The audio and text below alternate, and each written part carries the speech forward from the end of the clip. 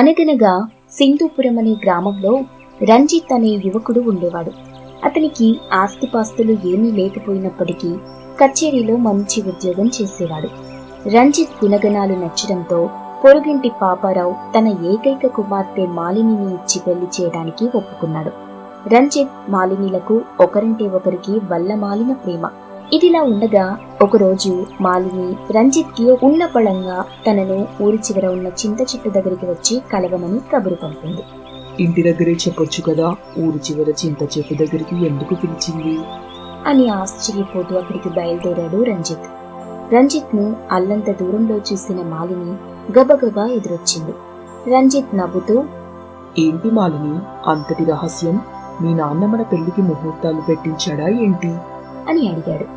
మాలిని దుఃఖాన్ని ఆపుకుంటూ, అవును, ఎల్లుండే ముహూర్తం, అయితే పెళ్లి కొడుకు మాత్రం నువ్వు కాదు అని చెప్పింది. రంజిత్ నిర్ఘాంతపోతూ, అసలు ఏం జరిగింది అని అడిగాడు. నిన్న అనుకోకుండా మా నాన్న చిన్ననాటి స్నేహితుడు మా ఇంటికి వచ్చాడు. అతను సముద్ర వ్యాపారం చేసి లక్షలు గడించాడట. ఆయన కొడుక్కి నేను బాగా నచ్చేశానట. అతడితో ఎల్లుండి నా పెళ్లి చేయడానికి మా నాన్న అన్నీ సిద్ధం చేస్తున్నాడు. నేను ఆ పెళ్లి చేసుకోను, రంజిత్ నే పెళ్లి చేసుకుంటానని చెప్తే నువ్వు నోరు మూసుకో, వాడికి ఆస్తి అంటూ చిల్లి గవ్వ కూడా లేదు. కచేరీ ఉద్యోగాలను నమ్మలేము, ఎప్పుడైనా తీసి పారేయచ్చు. నా స్నేహితుడు అంటావా, లక్షల ఆస్తికి అధిపతి. ఈ పెళ్లి నువ్వు కాదంటే నేను ఇల్లు వదిలిపోతాను అని అంటున్నాడు. ఇంత జరిగిందా? నేను వచ్చి మీ నాన్నతో మాట్లాడతాను అని అన్నాడు. రంజిత్, నువ్వు ఆ పని మాత్రం చేయకు. మా నాన్న చాలా మొండివాడు. అనవసరమైన గొడవ తప్పితే ఉపయోగం ఉండదు. నన్ను మర్చిపో అని చెప్పి ఇంటికి వెళ్లిపోయింది మాలిని. జరిగిన దానికి రంజిత్ చాలా కలవరపడిపోయాడు. ఇక బతికి ప్రయోజనం లేదనుకొని దయ్యాల దిబ్బ దగ్గరకు వెళ్లి తనువు చాలించాలనుకున్నాడు. వెంటనే అక్కడికి బయలుదేరాడు. అలా నడుచుకుంటూ కొండలు దాటి అడవి మధ్యలో ఉన్న దయ్యాల దిబ్బ దగ్గరికి వెళ్లి దానిపై ఎక్కి అక్కడి నుండి దూకబోయాడు. ఆగాగు అని అరుస్తూ కొన్ని దయ్యాలు విలవిలమంటూ ముందుకు వచ్చాయి. ఒరేయ్, ఎందుకు చావాలనుకుంటున్నావు? అసలు ఈ దయ్యాల దిబ్బ దగ్గరకు ఎందుకు వచ్చావు అని అడిగాయి. పాపారావు తన కూతురుతో పెళ్లి చేస్తానని చెప్పి మోసం చేశాడని, మాలిని లేకుండా బతకలేనని, అందుకే ఇక్కడికి వచ్చి చావాలనుకుంటున్నానని చెప్పాడు రంజిత్. రంజిత్ మాటలు విన్న దయ్యాలు కూడా బలుక్కొని, ఇంతటి కష్టాల్లో ఉన్న నిన్ను చూస్తుంటే జాలి వేస్తుంది, నువ్వు మాతో రా అని చెప్పి దూరంగా ఉన్న కొండపై నివసిస్తున్న మరుగుజ్జు మాంత్రికుని దగ్గరికి తీసుకువెళ్లారు. ఆ సమయంలో మరుగుజ్జు మాంత్రికుడు తన గుడిసె ముందు చిన్న మంట వేసుకుని చలి కాచుకుంటూ ఉన్నాడు. రంజిత్ ను చూసి, దశాబ్దాల తరువాత నన్ను వెతుక్కుంటూ వచ్చిన మనిషివి నువ్వు, నీకేం సహాయం కావాలి అని అడిగాడు మరుగుజ్జు మాంత్రికుడు. అప్పుడు రంజిత్ మరుగుజ్జు మాంత్రికునితో, అయ్యా, నేను ప్రేమించిన మాలినితో పెళ్లి జరగాలి, లేదంటే నాకు ఈ పిశాచాల దిబ్బే గతవుతుంది అని అన్నాడు. ఆ మరుక్షణమే మరుగుజ్జు మాంత్రికుడు కనకనలాడుతున్న చలిమంట నిప్పుల్లో తన చేయి పెట్టాడు. నీళ్లు పోసి ఆర్పినట్టుగా చలిమంట ఆరిపోయింది. అందులో నల్లని బొగ్గులు బయటపడ్డాయి. మరుగుజ్జు మాంత్రికుడు ఒక బొగ్గును తీసి దానిని రంజిత్ కు ఇస్తూ, ఈ బొగ్గును నువ్వు చేసుకోవాలనుకుంటున్న అమ్మాయికి ఇచ్చి దీనిని బెల్లం తిన్నట్టుగా నమిలి తినమని చెప్పు అని చెప్పాడు.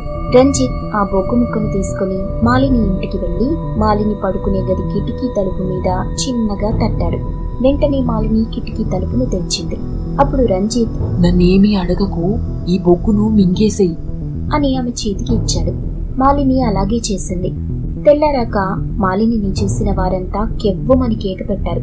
ఆమెది పచ్చని పసిడి రంగు శరీర ఛాయ, కాని ఆమె నల్లని రంగులోకి మారిపోయింది. ఇలా జరిగిందన్న విషయం క్షణాల్లో ఊరంతా పాకిపోయింది. మగపెళ్లివారు ఇది చూసి, ఈ పిల్ల మాకొద్దు, ఇదేదో భూతంలాగా ఉంది అని చెప్పి వెళ్లిపోయారు. ఇలా జరగడంతో పాపారావు తల పట్టుకుని రంజిత్ కచేరీ దగ్గరికి వెళ్లి, బాబు, నీకు మా మాలిని అంటే ప్రాణంతో సమానమని నాకు తెలుసు. ఎవరో గిట్టని వాళ్ళు దాని మీద ప్రయోగం చేశారు. రేపు పెట్టిన ముహూర్తానికి నువ్వు దానిని పెళ్లాడి నా పరువు నిలబెట్టు బాబు అని చేతులు పట్టుకున్నాడు. అప్పుడు రంజిత్, మీ ఇష్టం, నాకు ఎలాంటి అభ్యంతరమూ లేదు అని చెప్పాడు.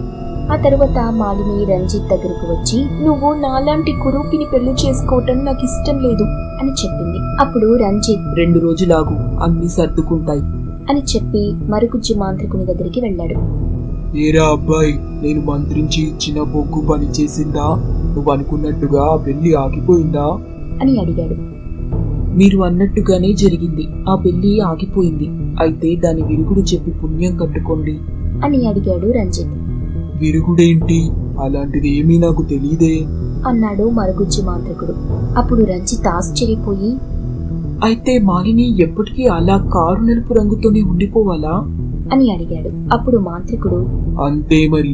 అయినా ఆ పిల్ల అంటే నీకు చాలా ప్రేమ కదా. పిల్ల మారలేదు, ఆమె రంగు మాత్రమే మారింది. నీకు ఆమె నచ్చకపోతే వేరే అమ్మాయిని చూసి పెళ్లి చేసుకో అన్నాడు.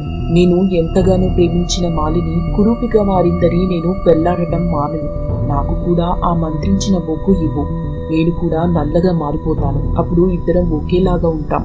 అందువల్ల నా మాలిని ఇక బాధపడదు అని చెప్పాడు రంజిత్. ఒరే అబ్బాయి, నిజంగా నీ ప్రేమ గొప్పది. నేను పరీక్షించాలని అలా మాట్లాడాను అని చెప్పి ఒక జామపండు రంజిత్ చేతికిచ్చి, దీనిని నీకు కాబోయే భార్య చేత తినిపించు. మళ్ళీ మామూలు రంగుకు వచ్చేస్తుంది అని చెప్పాడు.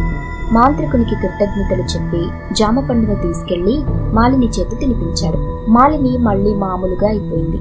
ఆ తర్వాత వాళ్ళిద్దరూ పెళ్లి చేసుకుని హాయిగా జీవితం గడపసాగారు.